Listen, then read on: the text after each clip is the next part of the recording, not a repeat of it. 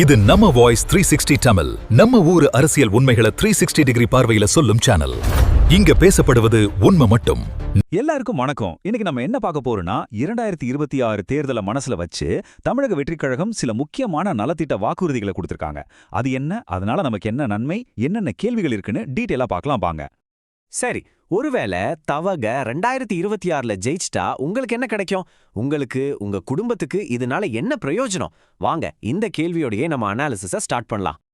முதல்லயே ஒரு பெரிய விஷயத்துல இருந்து ஆரம்பிக்கலாம். அதுதான் பெண்களுக்கு நேரடியா பணம் கொடுக்கற திட்டம். சொல்லப்போனா இதுதான் இப்ப நிறைய பேர் பேசிட்டு இருக்கிற ஒரு முக்கியமான வாக்குறுதி. ஆமாங்க, அவங்களோட முதல் முக்கியமான வாக்குறுதியே இதுதான். ஒவ்வொரு மாசமும் பெண்களுக்கு 2500 ரூபாய் உதவித்தொகை. 2500 ரூபாய் மாசம். இந்த திட்டத்தோட நோக்கம் என்னன்னு பாத்தீங்கன்னா, குடும்ப செலவுகளுக்கு ஒரு உதவியா இருக்கணும், அதே சமயம் பெண்கள் அவங்க கால்ல நிக்கணும்னு சொல்றாங்க. கேட்க நல்லா தான் இருக்கு. ஆனா இங்கதான் ஒரு பெரிய கேள்வி வருது. இந்த பணம் எல்லா பெண்களுக்குமே கிடைக்குமா, இல்ல இதுக்கு ஏதாவது கண்டிஷன்ஸ், தகுதி எல்லாம் வைப்பாங்களா? சரி, அடுத்ததா நம்ம பார்க்க போறது ஒவ்வொரு குடும்பத்தோட மாச பட்ஜெட்லயும் ஒரு பெரிய தாக்கத்தை ஏற்படுத்தக்கூடிய சில திட்டங்களை பத்தி. அதாவது நம்ம அன்றாட செலவுகளை எப்படி குறைக்கலாம்னு பார்க்கலாம். இதுல 2 முக்கியமான விஷயங்களை சொல்றாங்க. ஒன்னு, வருஷத்துக்கு 6 கேஸ் சிலிண்டர் இலவசம். இன்னொன்னு, எல்லா பெண்களுக்குமே அரசு பஸ்ல பயணம் இலவசம். இது ரெண்டுமே நம்ம டெய்லி லைஃப்ல நேரடியா ஒரு மாற்றத்தை கொண்டு வரக்கூடிய விஷயங்கள் இல்லையா? இந்த இலவச சிலிண்டர் திட்டத்தை கொஞ்சம் டீட்டெயிலா பார்ப்போமே. இப்போ கேஸ் விலை எங்கேயோ போயிட்டு இருக்கு. அப்படி இருக்கும்போது வருஷத்துக்கு 6 சிலிண்டர் இலவசமா கொடுத்தா கண்டிப்பா சமையலறை செலவு குறையும். அதுதான் இதோட முக்கிய நோக்கம். ஆனா இங்கேயும் அதே கேள்விதான் வருது. இந்த 6 இலவச சிலிண்டர் எல்லா குடும்பத்துக்கும் கிடைக்குமா, இல்ல வருமான வரம்பு வச்சு பிரிப்பாங்களா? இந்த விஷயம் இன்னும் தெளிவா சொல்லப்படல. அடுத்ததா, பெண்களுக்கு இலவச பஸ் பயணம். இது ஒன்றும் புதுசான திட்டம் இல்ல. ஏற்கனவே நம்ம நாட்டுல சில மாநிலங்கள்ல இது அமல்ல இருக்கு.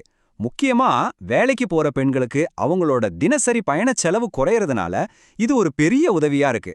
ஆனா இதனால அரசு போக்குவரத்து கழகத்துக்கு ஏற்படுற நஷ்டம், அதை சமாளிக்கிறதுன்னு சில சவால்களும் இருக்கு. சரி, இப்ப நம்ம வாழ்க்கையில நடக்கிற முக்கியமான நிகழ்வுகளான கல்யாணம், குழந்தை பிறப்பு, இதுக்கெல்லாம் என்னென்ன வாக்குறுதிகள் கொடுத்திருக்காங்கன்னு பார்க்கலாம் வாங்க. இதுல 2 விஷயங்கள் சொல்றாங்க. கல்யாணத்துக்கு பொண்ணுக்கு 1 பவுன் தங்கம், கூடவே ஒரு பட்டு புடவை. அதே மாதிரி குழந்தை பிறந்தா ஒரு தங்க மோதிரம், அப்புறம் குழந்தைக்கு தேவையான பொருட்கள் அடங்கின ஒரு பேபி கிட். இது ரெண்டுமே குடும்பங்களுக்கு நேரடியா செய்யற உதவி மாதிரி இருக்கு. ஆனா இத கேட்ட உடனே நமக்கு சில கேள்விகள் வருதில்ல. இந்த உதவிகள் எல்லாம் யாருக்கு கிடைக்கும்? எல்லாருக்கும் கிடைக்குமா, இல்ல குறிப்பிட்ட ஜாதி, மத, இல்ல பொருளாதார ரீதியா பின்தங்கியவங்களுக்கு மட்டுமா? அப்புறம் இந்த குழந்தை பிறப்புக்கான பரிசு இது கவர்மெண்ட் ஹாஸ்பிட்டல்ல பிறக்கிற குழந்தைங்களுக்கு மட்டும்தானா, இல்லனா பிரைவேட் ஹாஸ்பிட்டல்ல பிறந்தாலும் கிடைக்குமா? சரி, இது வரைக்கும் ஒவ்வொரு வாக்குறுதியா தனித்தனியா பார்த்தோம். இப்ப வாங்க இது எல்லாத்தையும் ஒன்னா சேர்த்து ஒரு பெரிய படமா பார்க்கலாம். அதாவது இதையெல்லாம் உண்மையிலேயே செஞ்சு முடிக்க முடியுமா, அதுல என்னென்ன சவால்கள் இருக்குன்னு அனலைஸ் பண்ணலாம். இப்ப இந்த எல்லா வாக்குறுதிகளையும் பார்த்தா ஒரு விஷயம் ரொம்ப தெளிவா தெரியுது. இவங்களோட முழு கவனமும் பெண்கள், குடும்பம், அப்புறம் குழந்தைகள் நலன் மேலதான் இருக்கு. நாம இதுவரைக்கும் பேசின விஷயங்களை இந்த டேபிள்ல சுருக்கமா பார்க்கலாம். மாசம் 2500 ரூபாய் யாருக்கு கிடைக்கும்? 6 சிலிண்டர் வருமான அடிப்படையிலையா? கல்யாண உதவி எந்த பிரிவினருக்கு? பாருங்க, ஒவ்வொரு வாக்குறுதிக்கு பக்கத்திலையும் ஒரு பெரிய கேள்விக்குறி இருக்கு. இந்த நிச்சயமற்ற தன்மை தான் நாம கவனிக்க வேண்டிய முக்கியமான விஷயம். நாம ஒன்னு புரிஞ்சுக்கணும். எந்த ஒரு திட்டமா இருந்தாலும் அதை அறிவிக்கிறது ரொம்ப ஈஸி. ஆனா அதை நடைமுறைக்கு கொண்டு வர்றது தான் கஷ்டம். முதல்ல அறிவிப்பாங்க, அப்புறம் இது யாருக்கெல்லாம் கிடைக்கும்னு தகுதியை முடிவு பண்ணணும். அதுக்கப்புறம் அதுக்கு தேவையான பல 1000 கோடி பணத்தை எங்கிருந்து எடுக்கிறதுன்னு பார்க்கணும். கடைசியாத்தான் அது மக்களை வந்து சேரும். இது ஒரு பெரிய ப்ராசஸ். அதனால கடைசியா நாம கேட்க வேண்டிய 2 முக்கியமான கேள்வி இதுதான். 1, இந்த திட்டங்களை எல்லாம் எப்படி செயல்படுத்த போறீங்க? 2வது, ரொம்ப முக்கியமா, இதுக்கெல்லாம் பணம் எங்கிருந்து வரும்? இந்த 2 கேள்விக்கும் தெளிவான பதில் இருந்தாதான் இந்த வாக்குறுதிகளுக்கு ஒரு அர்த்தம் இருக்கும்.